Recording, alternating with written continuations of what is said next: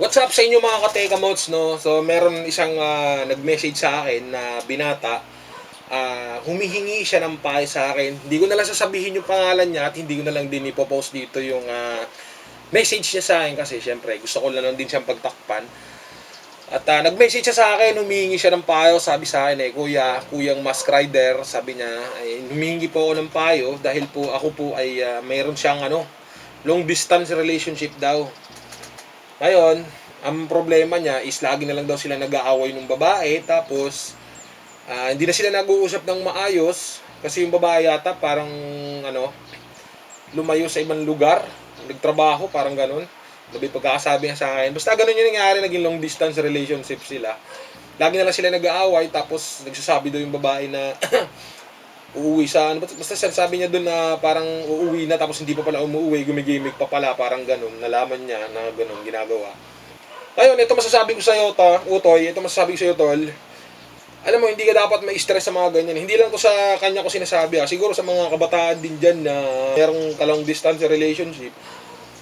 Ito, dalawang klase kasi yan. Meron kasi yung sa panahon natin ngayon bilang mga kabataan din. Hindi naman ako sobrang bata, medyo may edad na rin ako. Siguro sa mga kabataan nyo na katulad, may may mga dalawang klaseng long distance na yan. Merong isang long distance relationship, yung nakilala mo lang sa internet. Halimbawa, taga ako, BT ako, halimbawa, ganyan. Tapos yung nakilala ko sa internet, taga Mindanao, Bisaya.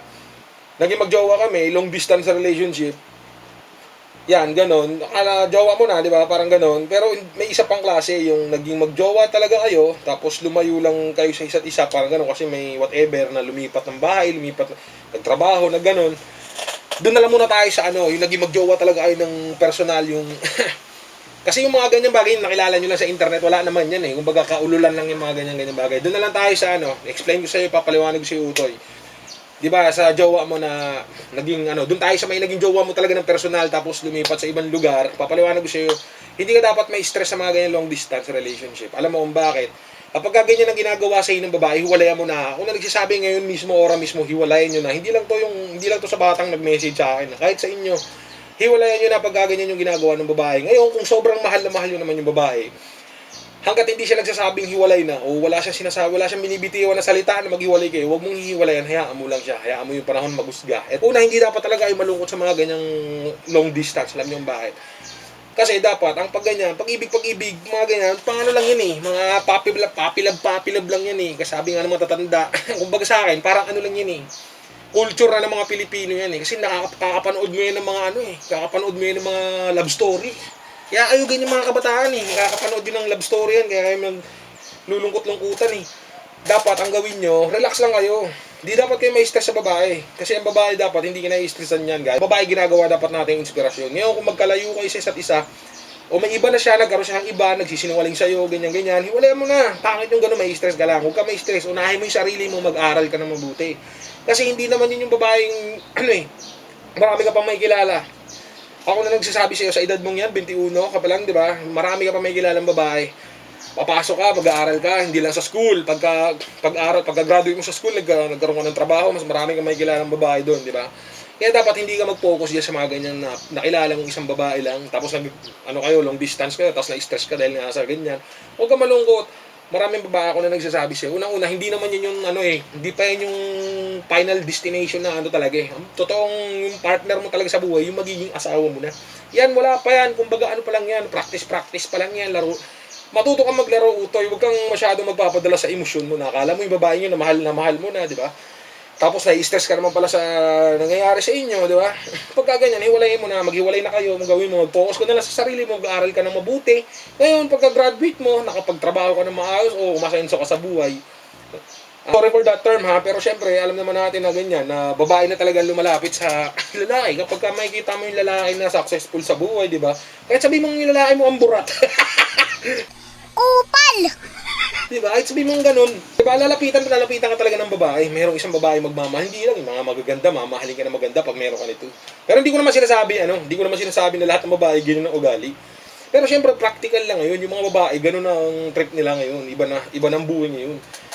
Diba? Hindi na sila, mo nga yung gwapo. Tapos wala ka namang pakain sa'yo ng gwapo. Diba? Yung toyo asin. Pero syempre, iba yun eh. Gwapo talaga yun eh.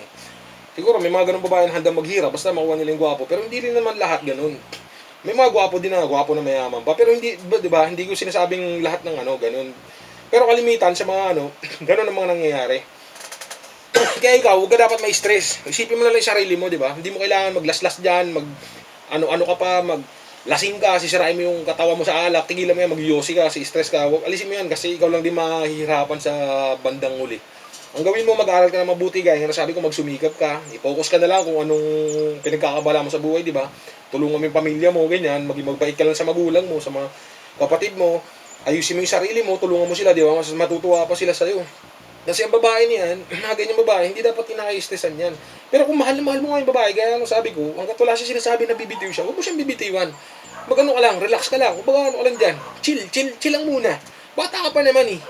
Hindi pa yan yung talagang ano, wag na kayong culture na kasi mga Pilipino yung kesyo ganito, nasasaktan ka na may isang mga ganyan. Culture na yun, kakapanood mo kasi yung tropa mo, ganyan din, kakapanood nyo ng K-pop, kakapanood nyo ng mga teledrama dyan na ganyan yung nangyayari, di ba? Yung mga syuta-syuta na ganyan, wala pa yan, mga ano pa yan, katiting pa lang yan ang buhay, totoo talagang stress talaga pag kayo nag-asawa talaga. Hayaan mo, huwag mo munang ano, ululin yung sarili mo dyan, huwag kang umiyak-iyak, huwag kang malungkot, di ba? Libangin mo yung sarili mo. Ngayon, hindi ko naman ito sinasabi kasi hindi naman tayo pare-pares ng damdamin, di ba? Iba naman yung damdamin ko sa damdamin nyo kasi ako, lumaki akong ano eh. Lumaki tayong trend eh. Lumaki tayong train sa sitwasyon. Tsaka hindi naman sa totally trained. I mean, ginagamit yung utak, di ba? Ba't kailangan mong iyakan yung babaeng yun? Wala naman na bag sa buhay mo yun, di ba? Isipin mo yung gano'n, ba kailangan mong ganyan-ganyan, ma-stress ka sa kanya, di ba? Hayaan mo lang siya. Pero pag sinabi niya hiwalay, di doon hiwalayan mo na, di ba? Isipin mo lang yung mabuti yung sarili mo.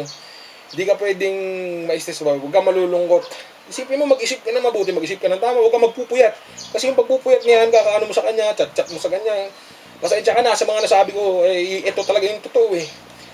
Yung mga pagpupuyat mo na ganyan, wala kang mapapala dyan, ibig sabihin pinuyat mo na lang sa kanya, kung natulog ka na lang, di ba, nakapag-isip ka pa na maayos, hindi umabot sa time na problema kayo, yung mga problema nyo, mga ganyan, mga kabataan kasi kayo ngayon eh, mga Gen Z na yan, mga mahihina ang loob nyo, yung iba mag-suicide, yung iba panay lasing-lasing, basta, huwag kayo magalit sa akin, basta ako, kung ano yung tinanong mo, yun lang din yung sinabi ko, at hindi ko naman, kung ayaw mo naman sundin tong sinasabi ko, bahala ka naman kasi problema nasa sa'yo naman yan, kanya-kanyang buhay naman tayo.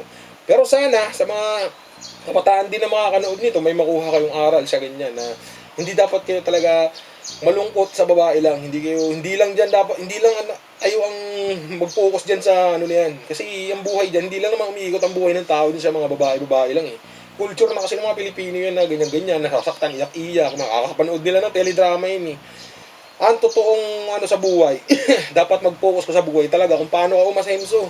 Ganun ang labanan ngayon eh. Kung paano ka magkaroon ng maraming pera. Tignan mo, pag marami kang pera, kahit sabihin mo yung babaeng sobrang mahal na mahal mo, pag marami kang pera, kaya mo lang yun, hindi ka malulungkot, di ba? Magliliwaliw ka, punta kang Palawan, maghanap ka ng mga chicks doon, di ba? Ewan ko lang, di ba? Kaya ang gawin mo sa sarili mo, mag-aral ka na mabuti. Huwag mong hayaang masira ng babae lang. Ang babae, hindi dapat yan na nakakasira sa atin, di ba? Yan ang tanda mo palagi. Hindi lang to sa batang nag-message sa akin, para din sa mga kabataan na ganito rin ang problema. Sa mga may pinagdadaanan dyan. Naway may mga matutunan kayo sa mga pinagsasabi kong kaululan dito. Mag-ingat kayo palagi sa mga kapwa ko riders. Ride safe and God bless.